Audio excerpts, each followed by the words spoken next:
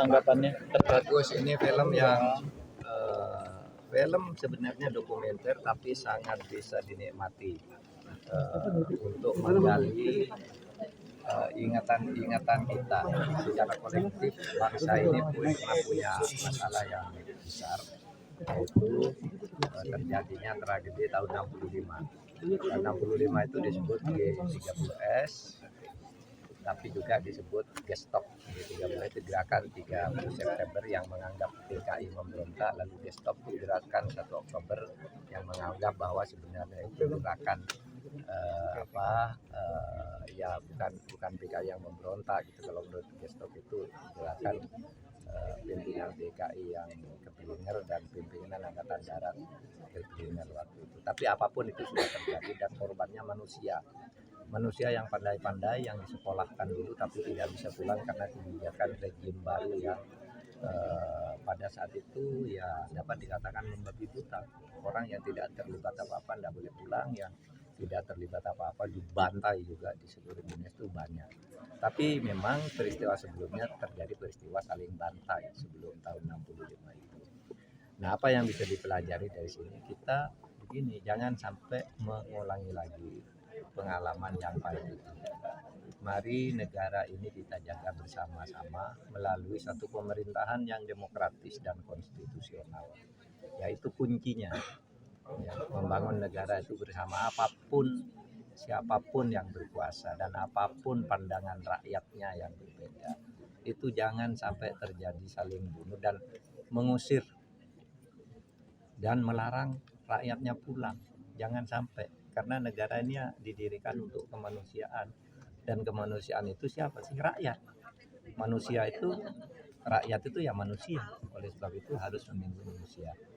Nah, bagus nih film ini, mudah-mudahan bisa disusul dengan film-film yang lain yang akan mengingatkan setiap pemerintah yang tampil ke pucuk pimpinan atau ke sebuah rezim itu bisa berhati-hati menjaga rakyat dan negara Indonesia ini sebagai negara yang sangat indah, karunia Tuhan yang Maha Esa.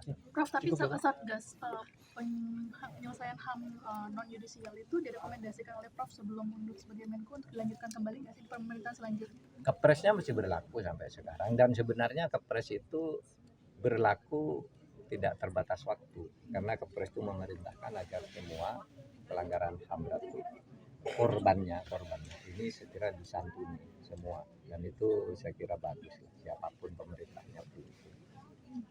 Prof, terkait dengan ada usulan pembentukan koalisi besar di mana pemerintahan yang baru nanti lebih banyak dirangkul untuk berada di dalam pemerintahan, sementara kan kalau negara demokrasi tetap perlu ada oposisi sebagai penyeimbang. Pandangan Prof sendiri seperti apa kalau kan seperti itu kejadiannya, Prof? Ya nanti terserah lah ya pemerintah yang baru nanti. Tapi ya sejauh yang saya tangkap koalisi besar pun kan tidak menutup peluang oposisi ya, cuma membuat mayoritas yang sistemik gitu. Tapi terserah apakah itu bagus atau tidak nanti sambil diskusi berkembang. Prof, katanya Pak Jokowi yang jadi ketuanya gimana Pak? MK gimana Prof? Kamera Prof. Karena Pengumuman 02 KPU mengatakan sudah menyiapkan 35 sampai 36 pengacara. Kalau dari 03 seperti apa Prof? Kamera Prof. Ya sudah, kita juga sudah nyiapkan dan menunggu keputusan KPU. Akan ada tokoh-tokoh pengacara yang digandeng selain Pak Todung misalnya dari luar 03 Prof? Banyak yang sudah daftar itu dari berbagai daerah, dari berbagai profesi pengacara.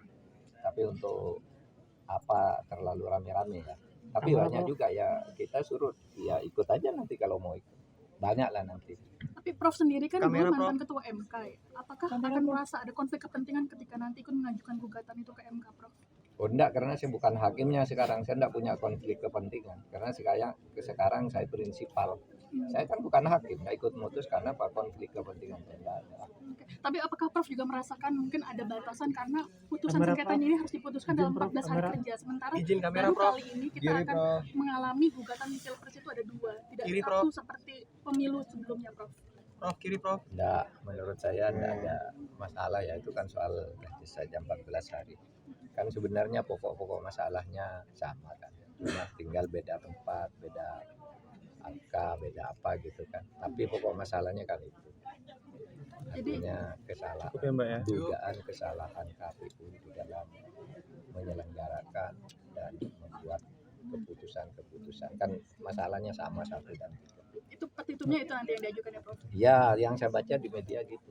Kalau yang saya ya itu, tapi yang satu nggak tahu. Terima kasih Pak.